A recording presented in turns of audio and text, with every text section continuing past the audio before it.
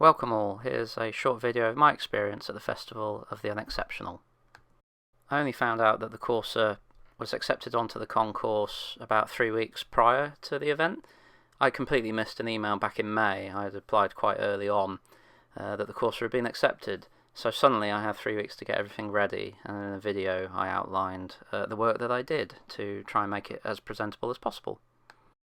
And so it begins Saturday the 29th of July at 6:06. We're due on, we're fired up, we're ready to go. So it all started with a quick meet-up at McDonald's. This was #WeirdCarTwitter. At this point I'm just completely distracted and overwhelmed by the fact that I was going to an event that I've been wanting to go to for a long time. But anyway, I had a chat with a few folk and someone that had a very, very lovely Mark III Cavalier that ended up also on the concourse too, and deservedly so. So I ended up sort of waiting with everybody else to get through the gates into the Festival of the Unexceptional.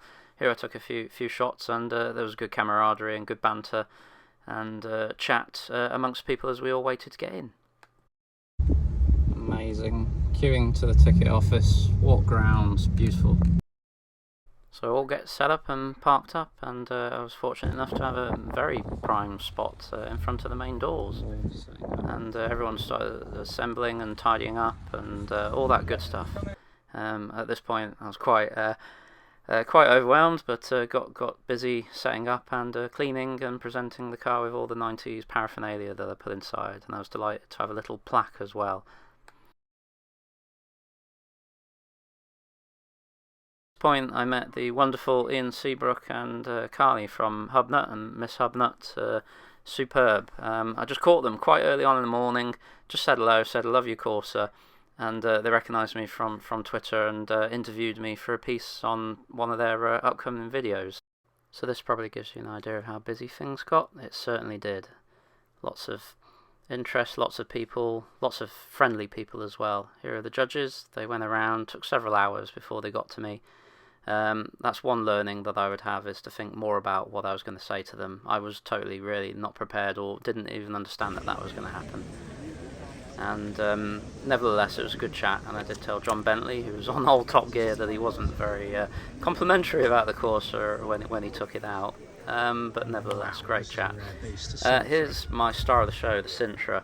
This is super rare, and it's an NCAP safety disaster. If you look at the video, you do not want to be in an impact. You don't want to be in an impact in a Corsa B, but certainly not this either. But absolutely glorious. This thing is a true survivor, and I would swap my space to see this on the concourse. These must be in the single digits, surely. Lovely specification. We'd love to see and sit in this and have a go. Looks fabulous. And there were quite a few Vauxhalls there. I'll let Doggy and the rest of the other YouTubers do the great car chats, but I will look at some Corsa Bs. I found a lovely flame pink one here. Superb. I love all Corsa Bs. Loads of stickers. This is clearly well loved and well used. Absolutely brilliant to see.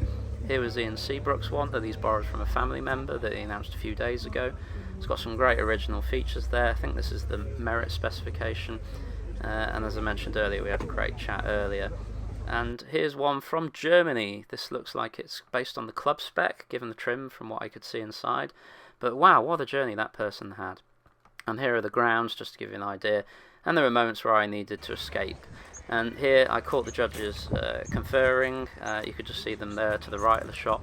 But lovely grounds. And there are a few moments where I just needed to take time out and get away from all the hustle and bustle. And you could certainly walk around all the gardens and just take it all in. Lovely, lovely setting for a car show. And at this point now we're coming to the end of the show. Things are winding down. The crowds have started to go. Fabulous. And you know, a chance to reflect upon a great day. And I just catch a little shot here, the Astra Mark II estate escaping. For me, that would have been the winner. For me, I mean, obviously it's all subjective, but I thought that was lovely, particularly in its merit specification too. And just as I was leaving, just saw a Nova. I thought this is a great opportunity just to have a quick side-by-side shot with my Corsa. And of course I ended up at Cambridge Services as I usually do, and found an Escort, an old car there. For those interested what you get for the concourse pack, you also get this hanger, which then you're directed to the gate. I've got a letter. I'll let you read there. So it's telling you to hang your mirror, your tag in the mirror. It's saying judging starts from 11. So that I received a couple of weeks before. I had actually had an email back in May that this car was going to be on the concourse, but I completely missed that email. All I saw was an email 3 weeks prior saying can I have the address to send out this stuff. So that's when I had a mad rush to detail the car to make it look presentable, including changing the bonnet and everything else.